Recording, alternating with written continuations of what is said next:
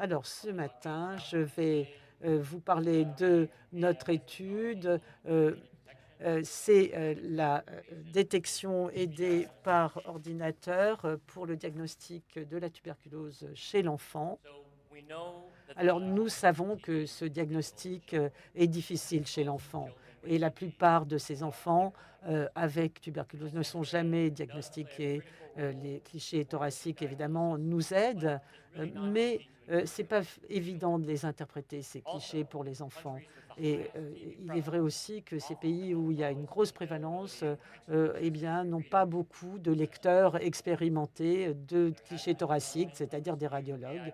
Et donc, cette nouvelle technologie de détection aidée par ordinateur peut déjà aider pour l'interprétation des clichés chez l'adulte, mais n'est pas recommandé chez l'enfant. En 2021, cependant, l'OMS a mené une évaluation indépendante de la DAO, de la détection assistée par ordinateur, et l'a recommandé pour le dépistage et le triage de la tuberculose pulmonaire chez les patients de plus de 15 ans. Et depuis, on a vu une explosion de son utilisation. On a des milliers de ces unités de DAO qui sont utilisées dans le monde entier. Chez MSF, on utilise la DAO depuis 2022 et nous avons mis en place cela dans 5 projets pour le dépistage de la tuberculose en milieu communautaire, pour aider les lecteurs humains, pour une détection active des cas, mais aussi dans les centres, dans les hôpitaux, dans les cliniques.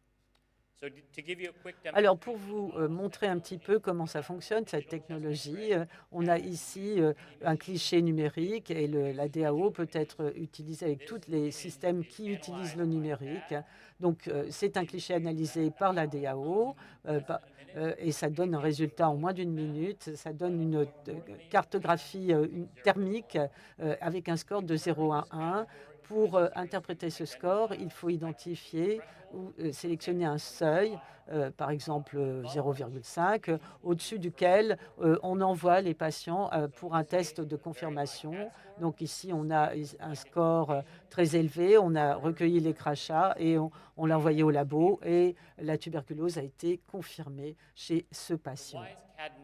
Alors pourquoi la DAO n'est-elle pas recommandée pour l'instant chez l'enfant? Eh bien parce que ces modèles de DAO sont entraînés sur les clichés thoraciques adultes et donc on n'a pas assez de jeux de données thoraciques de bonne qualité chez l'enfant. Et l'aspect de la tuberculose est différent chez l'enfant. On a 2 exemples ici à droite. On voit ici à quoi ça ressemble chez l'adulte. C'est tout à fait classique comme cliché. En dessous, chez l'enfant, vous voyez qu'il y a de grosses différences dans l'aspect sur la radio. On a donc entraîné la DAO sur les clichés adultes et donc ça ne marche pas bien pour les enfants. Et en plus, il n'y a pas assez d'études qui évaluent la performance de la DAO chez l'enfant. Alors, pour justement s'intéresser à cette lacune, nous avons conçu une étude pour évaluer la performance de la DAO chez l'enfant avec 4 sites, la Guinée, le Niger, le Nigeria et l'Ouganda, et avec une cohorte d'enfants de moins de 10 ans présentant des symptômes de tuberculose avec un cliché thoracique et des scores DAO valides. Pour la radio, on utilise seulement le cliché de face en format numérique. Ça peut être un format DICOM, c'est la meilleure qualité, le JPEG, ou dans certains sites, on a encore des radios classiques et donc on a pris une photo du cliché analogique. Pour la DAO, on a utilisé la version 4.2.1 du QXR qui est optimisée pour la tuberculose pédiatrique et nous avons utilisé aussi comme témoin une interprétation par radiologue expérimenté avec un consensus de 3 lectures indépendantes. Voilà les caractéristiques de ces enfants, 665 d'entre eux qui ont été inclus dans l'étude. Vous voyez qu'on a un âge médian qui est assez jeune. Il y en a Les trois quarts qui ont une masse. Vous voyez que seulement 13, donc 2% seulement de la cohorte a été confirmée en laboratoire pour la tuberculose, et c'est tout à fait en concordance avec ce qu'on lit dans les articles.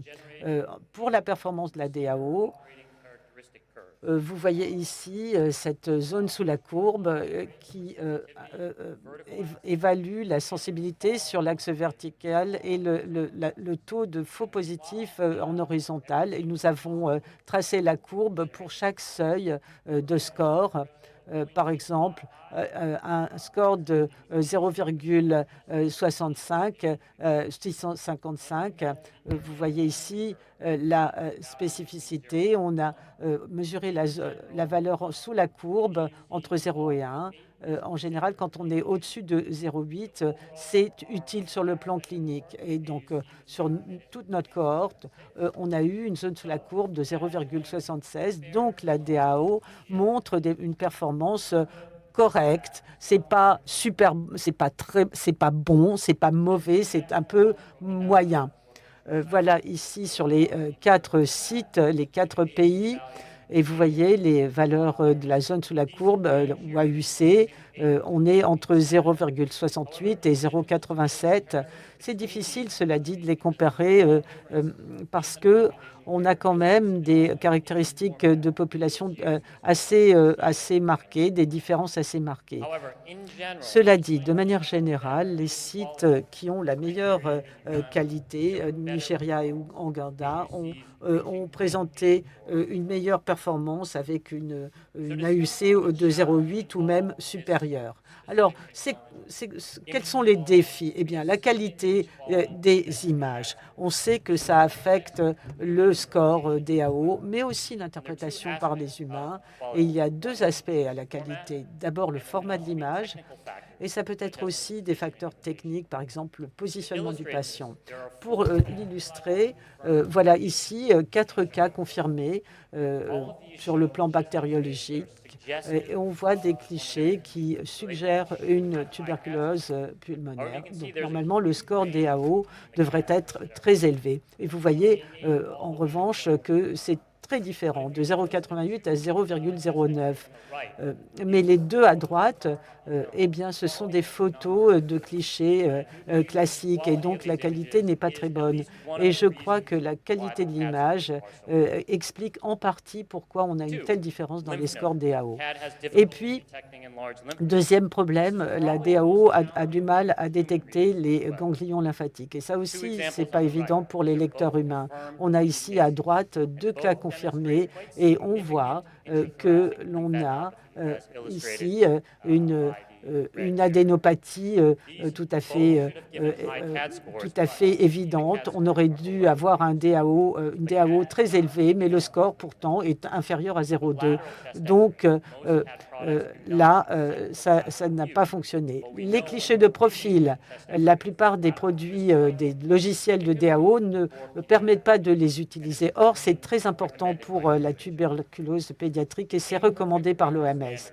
On a aussi le problème des normes de référence qui ne sont pas correctes. On a une variabilité entre lecteurs. On utilise aussi des taux on a aussi un faible taux de cas confirmés en laboratoire. Et donc, et ça, c'est important d'avoir cette confirmation par le laboratoire. Et puis, autre problème, interprétation de ces résultats. Comment est-ce qu'on utilise le score pour conduire la prise en charge? Chez l'adulte, on l'utilise pour envoyer au test, mais on sait que les tests de laboratoire vont sans doute revenir négatifs chez l'enfant. Alors, qu'en fait-on de ces résultats DAO? C'est prometteur. Pour l'instant, c'est pas mature pour une utilisation, clinique et il y a des défis aussi, tels qu'il faut améliorer, les jeux de données, de clichés, thoraciques. Il faut aussi mieux détecter, les ganglions lymphatiques, il faut avoir une meilleure qualité d'image, aussi avoir la possibilité d'utiliser des clichés de profil. Donc il faut, des améliorations, et à ce moment-là, la DAO pourrait avoir un rôle significatif pour améliorer le diagnostic de la tuberculose chez l'enfant, pour venir, aider, les lecteurs, qui, ne sont pas experts. Merci et je voudrais remercier, l'équipe, qui, a mené cette étude.